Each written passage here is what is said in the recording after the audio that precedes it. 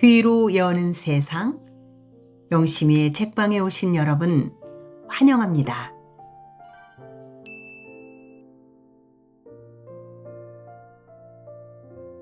지금 우리는 한승원님의 동학제 제4권 사랑의 불꽃을 함께하고 있습니다. 총을 구하려고 재물포에까지 갔다가 돈만 날려버리고 쫓겨 돌아온 이인한과 홍순서, 이마동 접주를 찾아갑니다. 어떤 일들이 이어질까요? 우리 함께 갑니다. 제4권 사랑의 불꽃.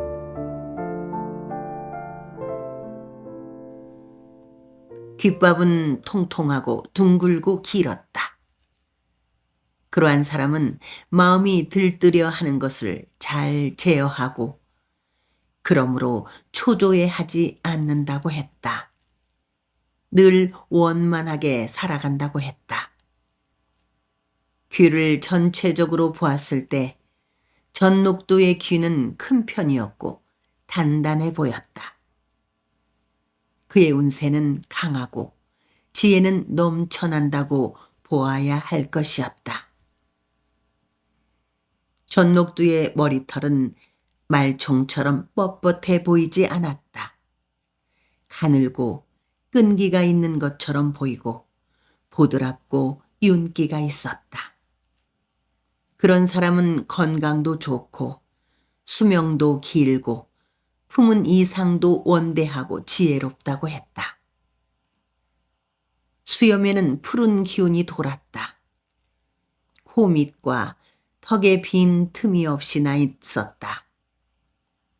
수염이란 원래 사람의 피로 인하여 자라는 것이므로 화성인 것이고 푸른 수염은 수성이므로 목생화의 이치에 따라 한량없는 길상인 것이다. 전녹두의 몸은 아랫도리와 윗도리 부분이 조화와 균형을 잘 이루었다.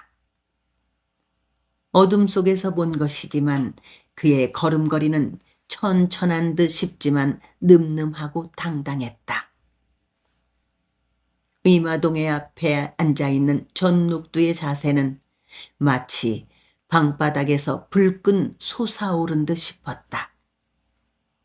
턱을 가벼이 들어올리고 있지 않았고 목 속에 약간 묻고 있곤 했다. 걸음걸이나 앉음새나 턱짓이 그러한 사람은 경망하지 않고 신념이 확고하다고 했다. 전녹두의 관상을 뜯어보던 이마동은 다시 일어나서 전녹두에게 큰 절을 한번 올리고 싶었다. 그 충동을 억눌렀다. 대신 두 손을 땅바닥에 짚고 윗몸을 숙이면서 이 접주댁에서 여기까지 심리 상거인데 노독을 무릅쓰고 이 누추한 곳까지 와주시다니 황송하기 그지없습니다. 하고 말했다. 아니올시다. 그동안 이 처사를 꼭 한번 뵙고 싶었습니다. 이 처사에 대해서는 이접주 어른께서 소상하게 잘 듣고 있습니다. 저는 저의 부족함을 잘 짐작하고 있사옵니다. 그런데 어떤 부분이 어떻게 부족한 것인지보다 확실하게 알지를 못합니다. 저는 어둠 속에 쌓여있는 셈입니다. 그것은 미망이거나 미몽일 터입니다. 이 세상에 살고 있는 한 사람의 깨어나지 못한 미망이나 미몽은 이 우주 만물들한테 커다란 재앙을 불러들일 수 있사옵니다. 그것이 바로 저의 두려움입니다. 부디 해안으로 뚫어보시고 깨우쳐 주시기를 바라옵니다. 전녹두의 말은 청중했다. 이마동은 중압감을 느꼈다. 그는 전녹두가 두렵다고 말한 것이 무엇인가를 짐작했다. 그것은 이마동이 늘 이방원과 다투곤 하여 온 것이었다. 전녹두의 생각도 이방원의 그것과 대동소이할 터였다. 그들은 모두 절름발이 양반들이었다. 양반의 피를 이어받은 사람들의 생각은 기껏 깨어 있다고 하여 보아야 50보 100보였다. 겨우 한양의 구중궁궐 속에 있는 왕의 밑에서 알랑거리면서 세도를 부리는 간신배들을 쓸어내겠다는 생각뿐인 것이었다. 현재의 왕은 현명한데 오직 그 왕을 보위하는 그자들이 간악할 뿐만이라고 버릇처럼 말을 하곤 하는 것이었다. 양반이라는 것은 왜 왕까지를 쓸어 없앨 궁리를 하지 못하는 것인가? 이마동은 전녹두 앞에 무릎을 꿇었다. 전녹두가 이마동이 그렇게 하는 것을 말렸다. 수하 사람 앞에 이러는 법이 어디 있습니까? 이 처사 바로 앉으십시오. 이러시면 제가 심히 불편스럽사옵니다. 전녹두가 이렇게 말을 해도 이마동은 한 번 꿇은 무릎을 펴려들지 않았다. 그러자 전녹두도 무릎을 꿇고 앉아버렸다. 만나 뵈우면은 꼭 2가지만 말씀을 드리고 싶어싸웁니다. 이마동은 아직 저녁밥을 먹지 않고 있었다. 조급해하며 기다리느라고 물만 몇 차례씩을 들이켰다. 그랬는데도 벌써 입술이 말라 있었다. 목도 밭아 있었다. 그는 밭은 목에 침을 넘기고 마른 입술에 침을 발랐다. 이모년에 큰 일을 벌였던 군인들이 왜 실패를 했는가? 갑십년에 두타거사 김옥균이가 어째서 실패를 했는가를 잘 헤아리셔야 하옵니다. 한마디로 말해서 그것은 준비 부족이었사옵니다. 이모년에 나선 뱀은 몸통하고 꼬리만 있고 머리가 없는 병신뱀이었습니다. 갑신년에 나선 뱀은 머리는 있는데 몸통하고 꼬리가 없는 병신뱀이었고요. 옆에 앉은 이방원은 이마동이 무슨 이야기를 하려는가를 잘 알고 있었다. 이방원은 이마동의 그러한 과격함이 마음에 들지 않았다. 왕은 하늘인 것이었다. 한데 이마동은 그 하늘을 거역해야 한다는 이야기를 하려 하고 있을 터였다. 이방원은 전녹두의 얼굴을 살폈다. 아무런 표정도 나타나지 않았다. 전녹두도 어쩌면 이마동이 할 말을 이미 넘겨짚고 있는지도 몰랐다. 이마동이 말을 이었다. 이제 세상은 어떻게 바꾸어지든지 바꾸어져야 한다는 쪽으로 흘러가고 있습니다. 이제 그 뱀은 몸통도 생기고 꼬리도 생겼습니다. 전녹두나 이접주께서는 그 뱀의 머리를 잘 만들어야 합니다. 거대한 몸통이나 꼬리에 알맞는 큰 대가리를 만들어야 한단 말입니다. 무슨 말씀인지 짐작이 가옵니다. 전녹두가 머리를 끄덕거렸다. 농투성이나 개투성이만 가지고는 안 됩니다. 먹물을 든 사람들이 많이 모여들어야 하옵니다. 농투성이, 개투성이는 몸통이나 꼬리일 것이고 먹물든 자들은 머리가 아니겠습니까? 그리고 무력한 우리 관군만 보시지 마시고 총포를 가진 일본군이나 이양성과 군함들을 타고 들어온 미리견, 미국, 아라사, 러시아, 불국, 불란서, 독일, 영국 군사들을 보아야 합니다. 그들의 포는 엄청난 위력을 가지고 있사옵니다. 이마동은 말을 멈추었다. 밖에서 바람이 지나가고 있었다. 나뭇잎들이 소란스러운 소리를 냈다. 그 소리가 찾아들자 산 위에서 부엉이가 울었다. 정막이 방 안에 감돌았다. 솥의 기름불에 심지가 톡 소리를 냈다. 그보다 더 중요한 것이 있사옵니다. 저는 그 어떤 것보다 이것을 말씀드리고 싶었사옵니다. 이마동은 마른 입술에 침을 발랐다.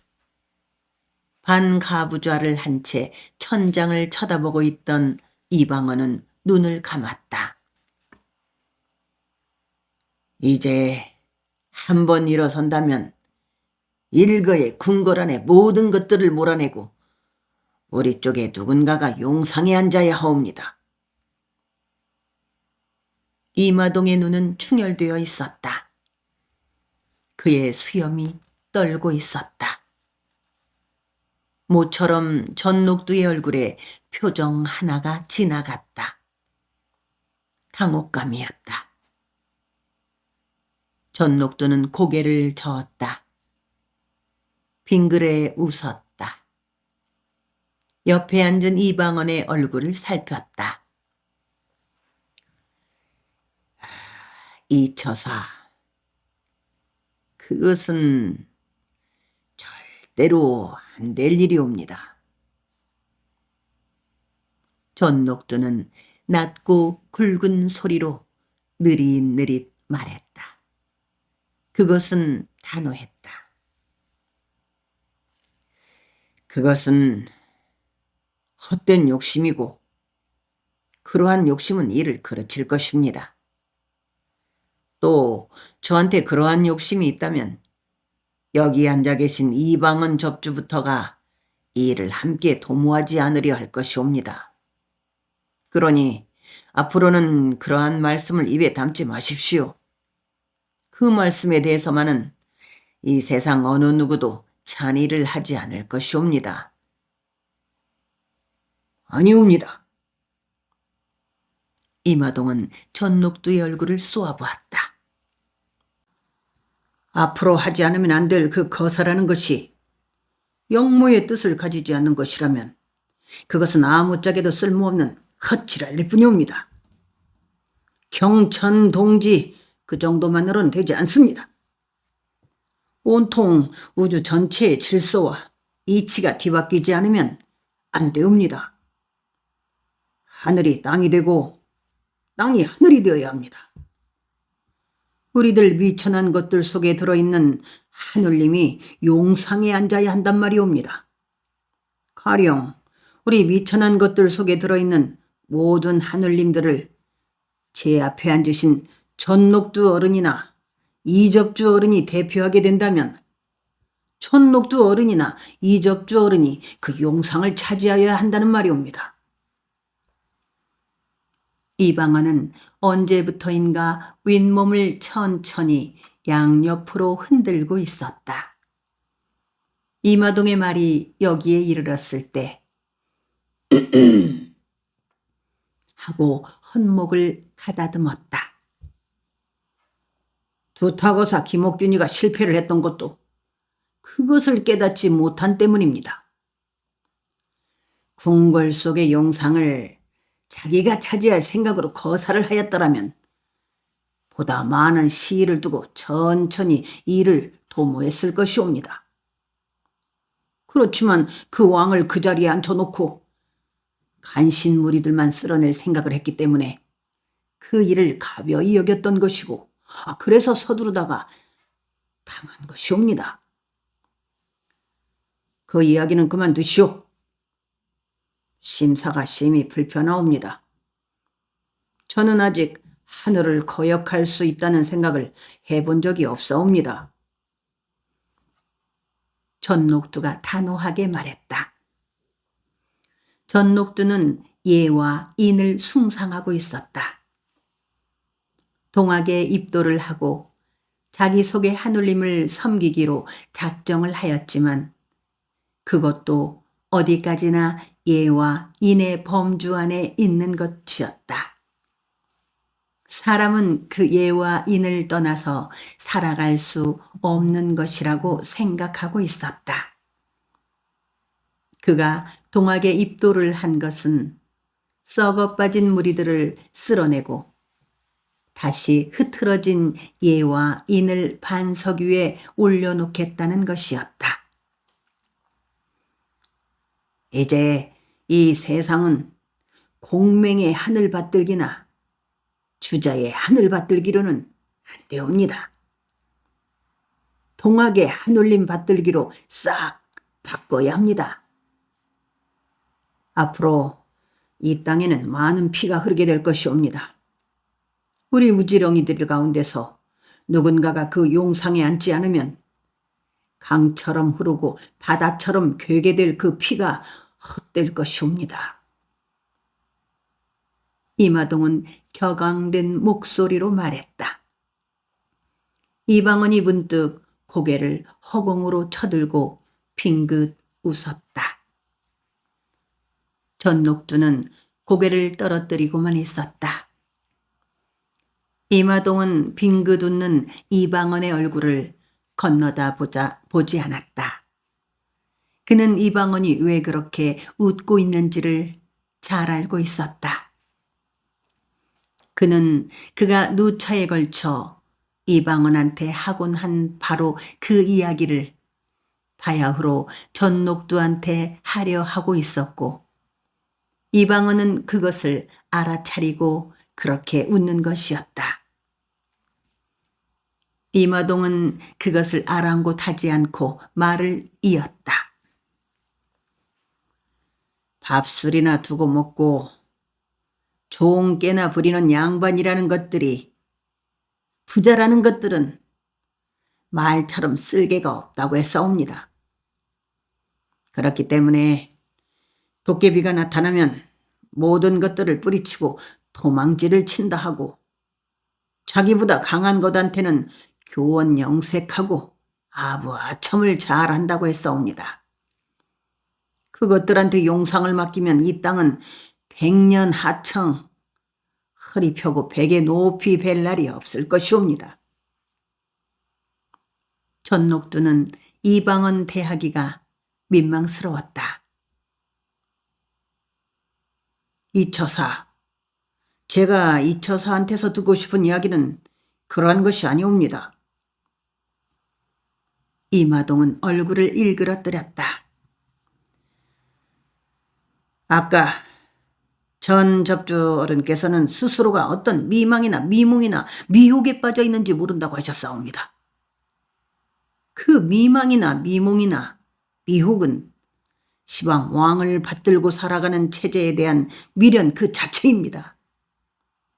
개를 보고 왜 옆으로 걷느냐고 바로 걸으라고 하는 말이 될지 모르겠습니다마는 우리는 바르게 걷는 훈련을 쌓지 않으면 안 되옵니다. 우리들은 우리가 썩어 빠져 있는 아버지를 죽이고 자기의 왕을 죽여야 삽니다. 전녹두가 곤혹스러워하며 말했다. 이제 그 이야기는 그만하시고 다른 이야기를 하기로 하시지요. 여기는 한적한 숲속이고 아무도 듣는 이가 없다고 할지라도 시방 이처사가 하고 있는 말씀들은 심히 민망스러운 것들입니다. 제 가슴이 그것을 수용하려 하질 않사옵니다. 방 안에 침묵이 흘렀다. 멀리서 개 짖는 소리가 들렸다. 이마동은 자기 끼에서 물 한 사발 따라 마셨다. 마당 쪽에서 인기척이 있었다. 누군가가 참았던 기침을 소리 죽여 하고 있었다. 김성분과 한털 부처가 사립밖에서 망을 보고 있는 것이었다. 그렇다면 말을 바꾸어 하지요. 이마동이 잠시 뜸을 들였다가 말을 이었다. 두타거사는 병법을 읽지 않아서 실패를 했사옵니다. 손자가 말하기를 전쟁이라는 것은 나라의 가장 큰 일로서 죽음과 삶이 걸려있고 목숨을 이어가느냐 망이 없어지느냐 하는 문제까지가 달려있으므로 잘 살피지 않으면 안 된다고 했사옵니다. 한데 그 어른은 벼랑으로 몰린 채 이 일을 도모했으므로 미처 잘 살필 겨를이 없었던 것이옵니다. 전녹두는 입을 굳게 다물고 눈을 내리뜬 채 이마동의 말을 듣고만 있었다. 그는 아직도 무릎을 꿇은 채였다. 이방원은 두 눈을 감고 윗몸을 양옆으로 천천히 흔들고 있었다. 전쟁을 치르려는 자가 반드시 헤아리지 않으면 안 될 5가지 일이 있다고 했는데 그것은 전녹두께서도 잘 아시다시피 첫째가 도이며 둘째가 하늘이고 셋째가 땅이며 넷째가 장수요 다섯째가 법이라고 했사옵니다. 이마동은 한동안 뜸을 들였다. 도라는 것이 무엇이옵니까? 전쟁을 하기 위해서는 싸우러 나서는 자들을 수천 수만 끌어들이지 않으면 안 되옵니다. 그들이 자기의 목숨을 던지고라도 얻으려드는 그 대의 명분이라는 것을 가지게 하는 것이 곧 도 아니옵니까? 그 도라는 것, 말하자면 그 대의 명분이라는 것이 겨우 왕 밑에 있는 썩은 것들을 쓸어내고 썩지 않은 인물들을 앉힌다는 것만으로는 빈약하다는 말이옵니다. 가령 정감록에 쓰여 있듯 이제야말로 진인이 나타나서 왕이 되어 새로이 개벽천지를 만들 때이다. 그 진인이 바로 이 전녹두이다. 가령 이런 투로 밀고 나가야 한단 말이옵니다. 거기에 곁들여서 다산빅이라는 것에 따라 요순이나 신농씨처럼 나라를 다스려야 한다는 말들을 널리 유포시켜야 한단 말이옵니다. 이방원은 눈살을 찌푸렸다. 숨을 크게 들이쉬었다. 이마동은 모든 것이 다 좋은데 바로 그 과격함이 좋지 않다고 이방원은 생각했다. 이방원은 세상을 뒤바꾸어 놓아야 한다는 데에는 찬동을 할 수 있지만 왕까지를 바꾼다는 데에는 뜻을 같이 할 수 없었다. 전녹두도 이방원과 같은 생각을 한 듯 빙긋 웃으면서 고개를 저었다. 물론 이마동의 말에 일리가 없는 것이 아니라고 전녹두는 생각했다. 그렇지만 그중 궁궐의 용상을 넘본다는 것은 이 거사에서 절대로 금기였다. 이 땅의 사람들은 보수적이었다. 조선의 땅덩이는 삼면이 바다로 둘러싸여 있었다. 그야말로 반섬이었다. 만일 이 땅에서 역모를 하다가 실패를 하면 일본이나 청나라 밖에는 아무데로도 도망을 갈 수 없었다. 이 땅 백성들은 그 청나라나 일본 땅으로 가서 외롭게 사느니 차라리 이 땅에서 종노릇을 하듯 굴종을 하고 사는 것이 낫다고 생각하는 것이었다. 조선의 백성들은 몇 천 년 동안 왕조 체제 속에서 길들여져 왔다. 왕의 품이나 날개 밑에서 벗어난다는 것은 마치 하늘의 품을 벗어나게 되는 것이나 한 가지로 두렵고 막연하게 생각했다. 어린아이가 어머니의 품 밖으로 나가는 것처럼 슬프게 생각했다. 조선 백성들은 왕이라는 존재가 반드시 하늘의 뜻에 따라 나온 사람이라고들 여겼다. 그 하늘의 뜻에 따라 점지된 왕의 몸과 마음에 미치는 길흉화복에 따라 백성인 자기들의 길한 일을 자주 맞아 잘 살 수도 있고 흉한 일을 당하고 화를 입을 수도 있고 복을 누릴 수도 있다고 생각하는 것이었다.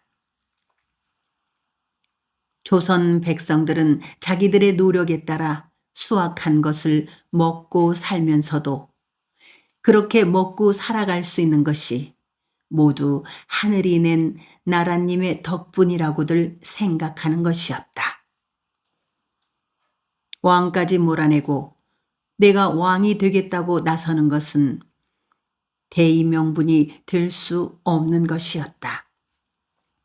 그것은 하늘의 뜻과 땅의 질서를 동시에 거역하는 것이었다. 땅에 사는 나무가 뿌리를 뽑히고 물에 사는 고기가 물을 잃으면 말라 죽기 마련인 것이었다. 그러한 전녹두의 속을 뚫어보기라도 한 듯 이방원이 손자가 병법에서 이야기한 그 도라는 것은 백성들과 더불어 살고 더불어 죽을 수 있도록 한 그물에 잡히고 한 동아줄에 묶이는 것 아니겠사옵니까? 이 땅에서의 도라는 것은 왕을 거부하고 존재할 수가 없는 것이옵니다. 하고 빙그레 웃으면서 말했다. 이마동은 중치가 막히고 답답하여 견딜 수가 없었다. 왜 이 먹물 무르는 자들은 하나만 알고 열은 모르더란 말인가? 전녹두는 입을 꾹 다물고 앉아 있기만 했다. 그는 어느 누구를 만나든지 상대로 하여금 하고 싶은 말을 다 하도록 기다리곤 했다. 아무리 바보 멍청이라고 소문이 난 사람하고 마주 앉더라도 그는 그렇게 하곤 하는 것이었다. 모든 사람들에게는 한 울림이 들어있는 만큼 그만이 가지고 있는 어떤 지혜인가를 지니고 있는 것이었다. 이마동은 목소리를 높였다. 전쟁에서는 도만이 전부가 아니옵니다. 손자는 병법에서 처음에는 전쟁에서의 도를 강조한 다음 곧 그 말을 번복하였사옵니다. 전쟁이란 궤도라고 하였사옵니다. 궤란 무엇이옵니까? 사술이라는 것이옵니다. 속임수라는 뜻이고 임기응변을 하지 않으면 안 된다는 것을 말하는 것입니다. 이마동은 말을 끊고 전녹두와 이방원을 건너다 보았다. 고지곧대로 정의가 매면 덫이되어 싸운다면 진다는 것이옵니다. 시방의 그 왕을 그대로 두는 길은 정도인 것이고 우리 쪽 누구인가가 왕이 되어야 한다는 것은 궤도일 수 있사옵니다. 이마동은 침을 한번 삼키고 나서 곧 말을 이었다. 제 말씀은 처음엔 왕을 그대로 두고 간신배들만 몰아내겠다고 하면서 시작을 하되 나중에 성사가 된 다음에는 우리 쪽에서 그 용상을 차지하여야 한다는 것이옵니다. 우리는 시방 그것부터 헤아리지 않으면 안 된다는 것이옵니다. 이방원은 내내 허공을 쳐다보면서 윗몸을 흔들어대고만 있었다. 전녹두는 굳어진 얼굴로 눈을 내리 깔고만 있었다. 이마동이 말을 이었다. 전녹두 어른, 이접주 어른, 피 흘려가면서 죽수어서 어떤 쓸개없는 개한테 줄 생각이시옵니까? 이 늙은 것에 하찮은 말이라고 허술히 듣지 마시고 깊이 헤아려 주십시오. 전녹두는 입을 다물고 있는데 이방원이 이렇게 말을 하고 나섰다. 수은 선생을 이르신 말씀은 모두 공자나 맹자의 도를 한 발자국도 벗어나지 않사옵니다. 예에서 한 치도 벗어나지를 않사옵니다. 이방원은 평소부터 이마동의 그러한 점을 못마땅해 하고 있었다. 그는 이때껏 이마동을 설득하려다 못했었다. 말이 나온 김에 전녹두 앞에서 이마동의 생각을 고쳐놓자고 마음먹은 것이었다. 수은 선생이 마음속으로 하늘님을 받들자고 한 것은 국조대왕께서 숭앙하시기 시작한 유도를 버리자는 것이 아니옵니다.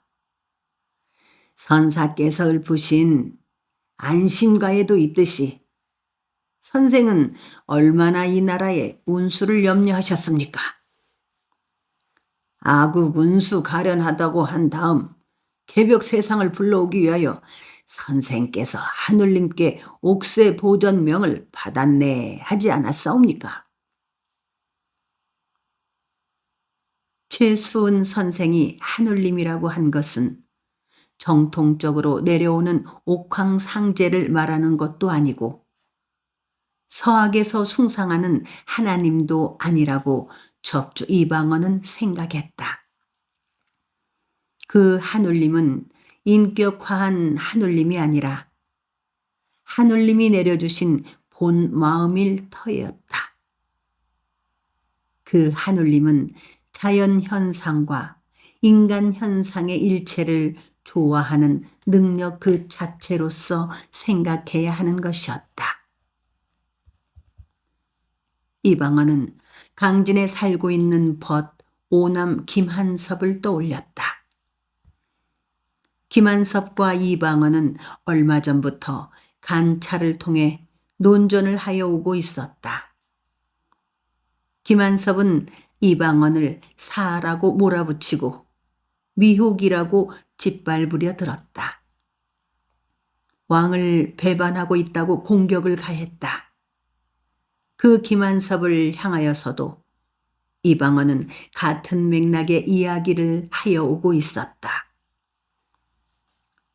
수은 선생은 하늘님을 통하여 우리 인간의 본마음을 회복시켜 주려고 새로운 도를 낸 것이옵니다. 그렇다면 그 본마음이 무엇인가요? 선생의 논학문에 보면 상제로부터 나의 마음이 곧 너의 마음이라는 말을 들었다고 했사옵니다. 그리고 천심이 곧 인심이라는 것을 가르치려고 하였사옵니다. 말하자면 모든 사람은 경천명하고 순천리하는 인간 본래의 존재 양식을 회복할 수 있는 가능성을 가지고 있다는 것이옵니다. 그래서 수은 선생은 안심정기를 가지고 인의예지를 회복해야 한다고 가르쳤사옵니다. 인의예지. 그것이 바로 우리 인간이 태어날 때부터 지니고 나온 본마음이 아니겠습니까? 이방원은 용담유사 중에 안심가와 권학가 한 대목씩을 줄줄 외웠다. 그의 가슴에는 아무한테도 다 말을 할 수 없는 고독과 울분이 어리어 있었다. 동문수학을 한 벗 김한선마저도 그를 이해하려 들지 않았다. 이방원은 소외되고 있었다.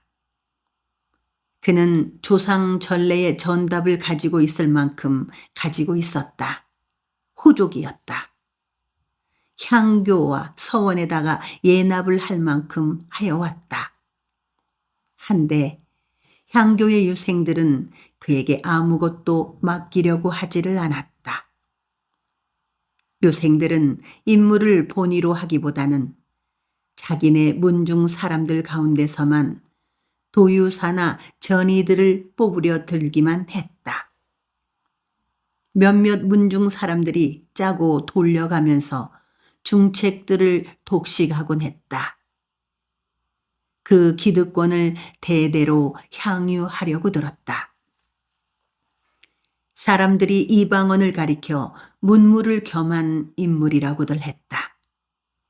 한데 모든 유생들이 그를 질시하면서 따돌렸다. 그는 소외감을 견디려고 몸부림을 쳐보았다.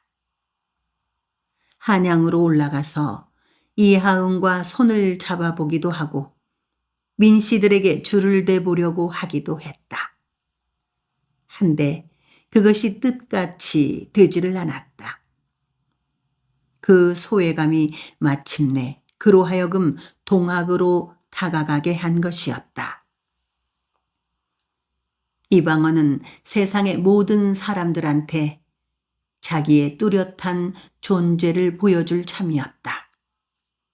아니, 떨치고 나선 김에 동학의 한울림을 통해 세상을 바꾸어 놓을 참이었다. 그는 흥분해 있었다. 이 개 같은 외적놈을 하늘님께 조화받아 하룻밤 사이 멸하고저. 대보단에 맹세하고 오랑캐 원수가 파보세.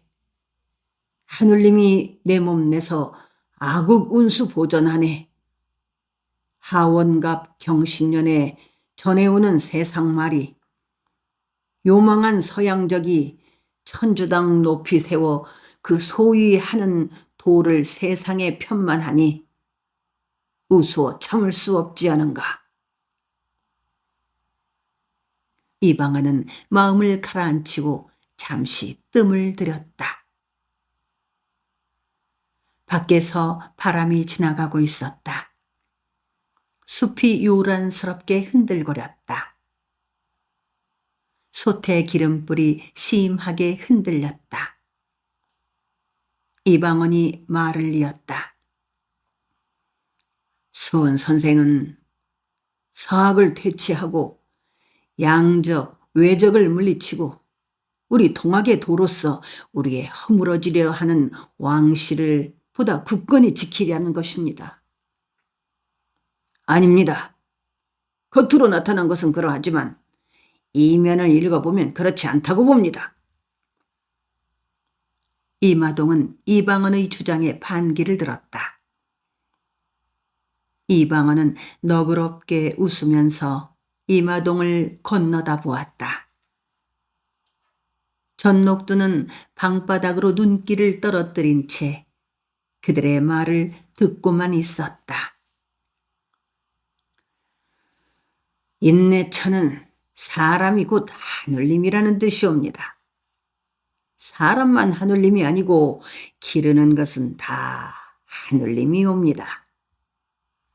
시냇물 흐르는 소리, 바람소리, 강아지 울음소리, 흘러가는 구름, 출렁거리는 파도, 흔들리는 나뭇잎, 벌레들의 날갯짓들이 다 하늘님이라고 해월선사는 말하고 있사옵니다. 그것은 삼라만상이 다 하늘님이고 그리고 평등하다는 것입니다. 왕후 장상과 천민의 씨가 다르지를 않고 다 같은 씨라는 것이옵니다. 양반 상놈의 씨가 따로 없다는 이야기옵니다. 그것은 바로 우리들 가운데서 누구인가가 왕이 될 수도 있다는 이야기옵니다. 이방원은 이마동을 향해 빙그레 웃었다. 그리고 고개를 저었다.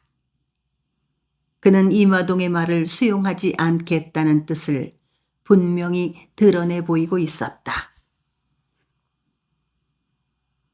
수은 선생의 용담 유사에는 허허 실실이 있사옵니다. 이 땅의 불도와 유도와 천주학으로서는 난세를 극복할 수 없고 동학의 도만이 개벽 세상을 불러올 수 있다는 뜻이 분명히 들어있사옵니다. 개벽 세상을 불러온 다음에는 하늘님들이 주인이 되어야 한다는 뜻이 분명히 숨겨져 있사옵니다. 전녹두는 그렇다 하고 속으로 부르짖었다. 그의 머릿속이 환히 밝아오는 듯 싶었다. 내가 왜 그 생각을 못했었는가? 그는 이반동의 말이 옳다고 생각했다. 그렇지만 그는 이마동의 말이 옳다는 것을 드러내어 말할 수가 없었다. 그렇게 말을 한다면 이방원부터가 그를 수상하게 여길 터였다.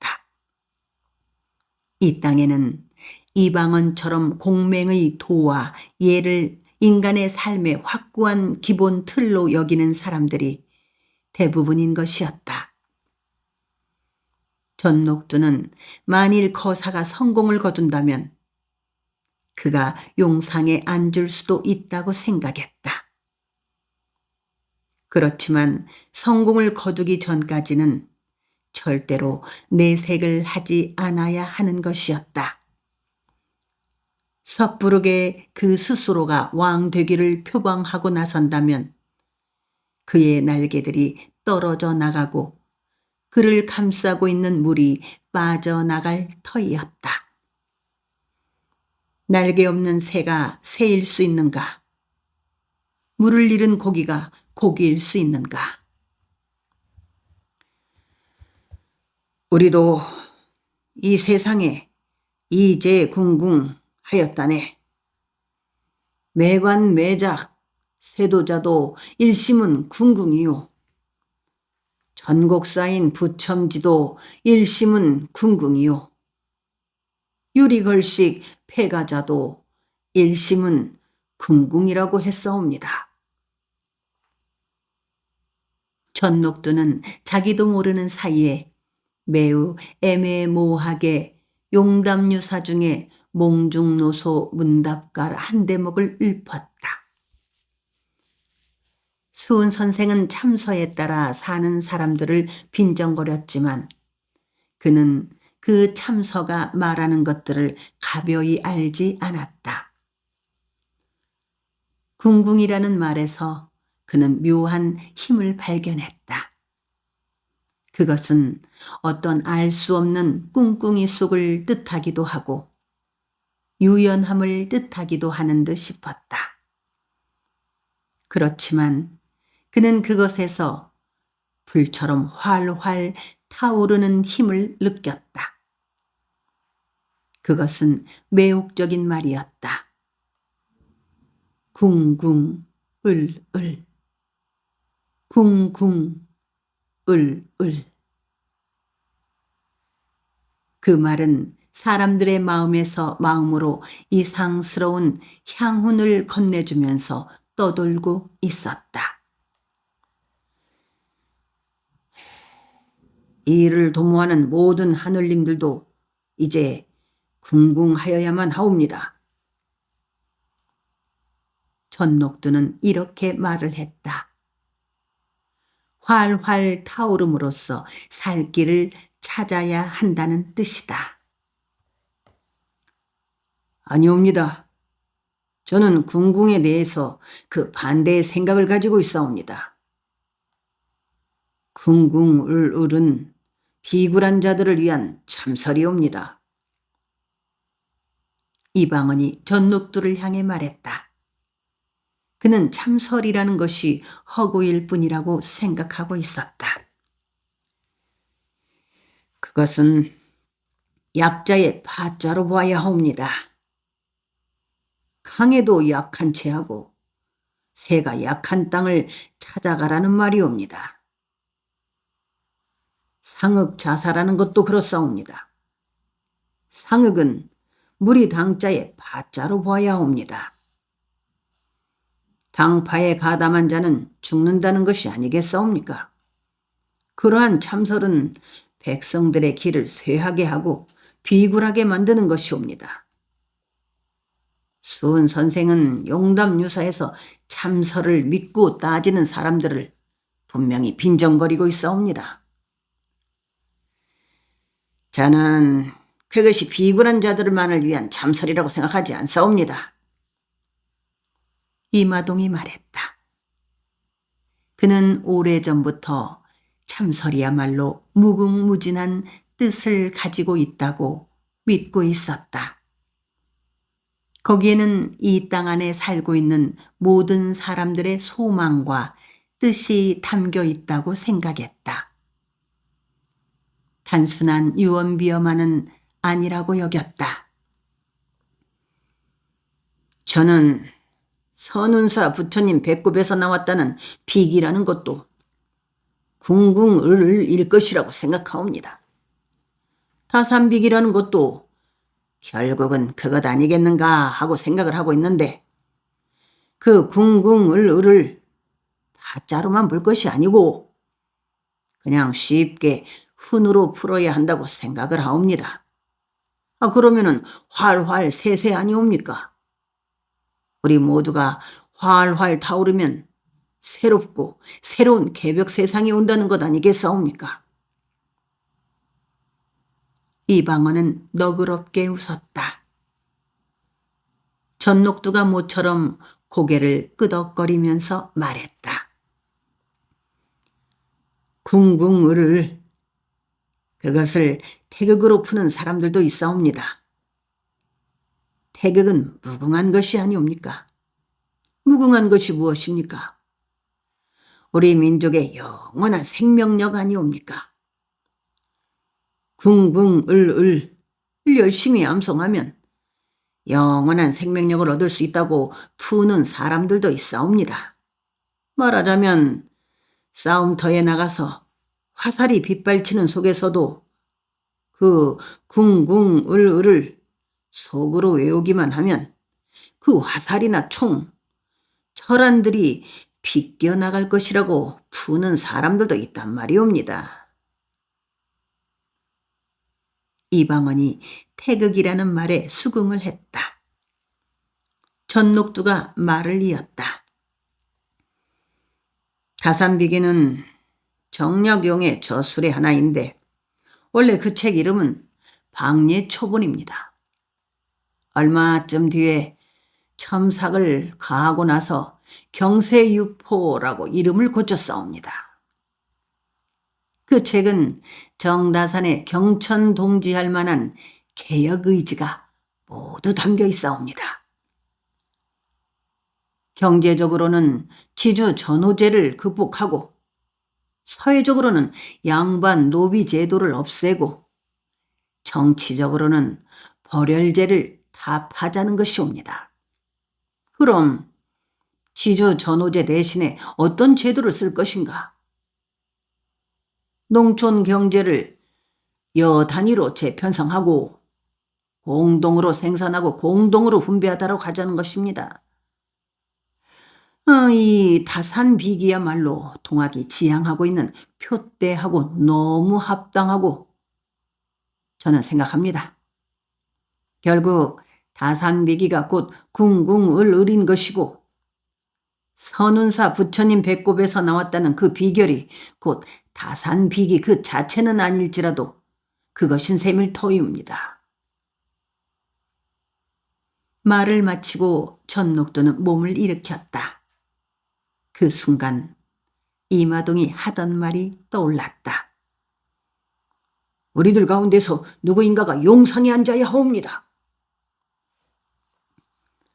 전녹두는 고창, 담양, 구례, 곡성, 순천, 나간, 보성을 거쳐서 장흥에 이르렀다. 장흥부는 무서운 곳이었다. 장흥에는 다른 군이나 현하고 달리 여러 접이 있었다. 웅치접이 있고 용반접이 있었다. 그는 웅치와 용반을 다녀와서 접정으로 왔던 것이다. 이사경을 만났고 구교철을 만났다. 장흥부 안을 돌아다니는 동안 그는 내내 가슴이 들떠 있었다. 이제 그는 강진, 해남, 목포, 무안을 거치고 한평, 영광, 영암, 나주를 돌아서 고부로 들어갈 참이었다. 들머리에서 보내는 이마동, 이적주와 떠나가는 전녹두가 어둠 속에서 서로 마주섰다. 길 안내를 하여줄 김성부는 여남은 걸음쯤 떨어져 있었다. 전녹두가 말했다. 그냥 만행을 하는 스님네들 같이 길을 나섰사옵니다. 남도길 인심은 참으로 후합니다. 도인들의 집에 들르면 먹여주고 재워주고 노자주고 그렇습니다. 자, 이접주, 이 처사, 우리 후일에 어떤 큰 일인가 다시 만나게 될 날이 있을 것이옵니다. 통문만 있으면 우리 접은 언제든지 봉기할 수 있습니다. 그 준비를 이 처사가 만단의 준비를 하고 있사옵니다. 우리는 주로 죽창 조련을 시키고 포수들이 한 30명쯤 되옵니다. 그들은 서로 소매를 나누었다. 이방원과 이반독이 이튿날 일찍 떠나라고 하였지만 전녹두는 한사코 길을 떴다. 전녹두는 지쳐 있었다. 별들을 쳐다보았다. 총총했다. 수런거렸다. 풍물 소리를 내는 듯 싶었다. 김성분이 앞장섰다. 전녹두가 뒤를 따랐다. 솔제를 넘어 소금장수 길을 따라 강진, 칠량 쪽으로 갈 터였다. 대동여지도를 눈이 시리게 보곤 하여 온 전녹두였다. 김성분이 설명을 하는 말을 들으면서 그는 그 길이 이 길이로구나 하고 생각했다. 등 뒤에서 이마동과 이방원이 조심해 가시라고 말했다. 이 무슨 고생이던가. 나는 왜 이렇게 헤매이는가. 앞으로 어찌하자는 것인가. 자드락길을 가면서 전녹두는 생각했다. 나는 무슨 귀신한테 씌여 있는 것인가. 솔제를 넘으면서 전녹두는 강진에 대한 생각 속으로 빠져들었다. 강진에서 유배살이를 한 정다산의 애절량이라는 시가 떠올렸다. 갈밭 마을 젊은 여인, 울음도 서러워라. 정다산은 애절량을 지은 내력을 소상하게 말하고 있었다. 노전 마을에 사는 한 백성이 아들을 낳았는데 낳은 지 사흘 만에 그 아이는 군보에 등록이 되었다. 이정이 군포 대신에 소를 끌고 가버리자 남편은 이것 때문이다 하면서 칼로 자기의 생식기를 잘라버렸다. 그리하여 그의 아내가 통곡을 하면서 잘려진 생식기를 가지고 군하로 가서 소를 달라고 애원하였지만 문지기가 그 안악의 앞을 막고 비켜주지 않았다. 김성분의 걸음은 빨랐다. 전녹두가 미처 따라갈 수가 없었다. 그는 앞장서서 가다가 전녹두를 기다려주곤 했다. 가파르고 험악한 길은 아니었지만 숲이 짙은 자드락길이었다. 골짜기를 넘고 구비를 돌고 잔등을 넘어야 하는 길이었다. 전녹두는 강진의 김병태와 남성칠을 알고 있었다. 남성칠은 칠량의 접주였다. 이날 밤 전녹두는 남성칠의 집에서 묵을 참이었다. 얼마나 더 걸으면 칠량에 이르게 되고 남성칠의 집에 당도하게 될까? 걸어온 밤길이 아득했다. 아득한 산골짜기와 산등성이들이 그의 앞을 막아섰다. 하늘의 별들은 눈을 부릅뜨고 그를 내려다보고 있었다. 시냇물 흐르는 소리가 들렸다. 목이 밭았다. 길은 시냇물을 끼고 나아갔다. 너덜공이 시작되었다. 등 뒤쪽에서 바람이 불었다. 쇳소리를 내면서 팔랑거리는 잎사귀들이 있었다. 산죽의 군락이었다. 산죽 숲 사이를 흐르는 물이 별빛을 되쏘았다. 전녹두는 산죽 사이로 들어서서 물을 마셨다. 김성분도 물을 마셨다. 김성분이 말했다. 힘드시죠? 접주어른. 전녹두는 대꾸를 하지 않았다. 김성분이 하는 말이 이 세상의 소리가 아닌 듯 싶었다. 김성분이 이 세상 사람이 아닌 듯 싶었다. 김성분의 말이 그만큼 생소하게 느껴졌다. 걸어온 난잡한 밤길과 앞으로 걸어가지 않으면 안 되는 그 길이 꿈에 만난 어떤 길인 듯 싶었다. 어머니 뱃속에서 나와 이때껏 살아온 것이 이날 밤 그가 밟아오거나 밟아갈 길처럼 암담한 듯 싶었다. 가도 가도 빛은 보이지 않았다. 별이 보일 뿐이었다. 산모퉁이에서 부엉이가 울었다.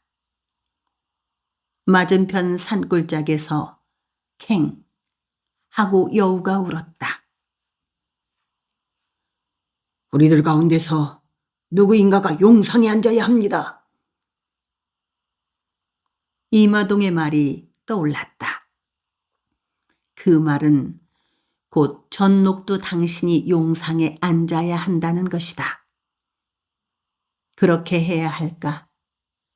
그럴 수 있을까?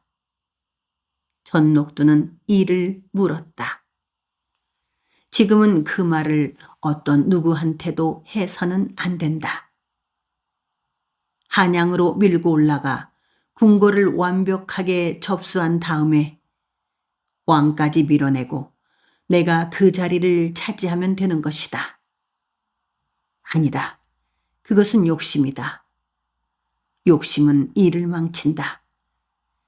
간사한 무리를 몰아내고 나면 하늘과 땅의 모든 것은 우리 손에 들어오게 된다.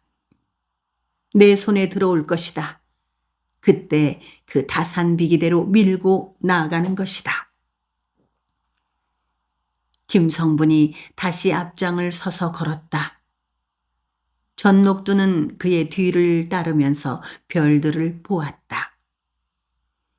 그 별들 속에 정다산의 눈빛, 두타거사의 눈빛도 들어있을 듯 싶었다. 나도 실패를 하면 저 하늘의 한 점 별이 될 것이다. 그러면 또 얼마쯤 후에 나처럼 어떤 일인가를 도모하기 위하여 이렇게 별 총총한 밤길을 걸을 사람들이 있을 것이다. 나처럼 별밤길을 걷는 사람들이 생기도록 해서는 안 된다. 실패가 있어서는 안 된다.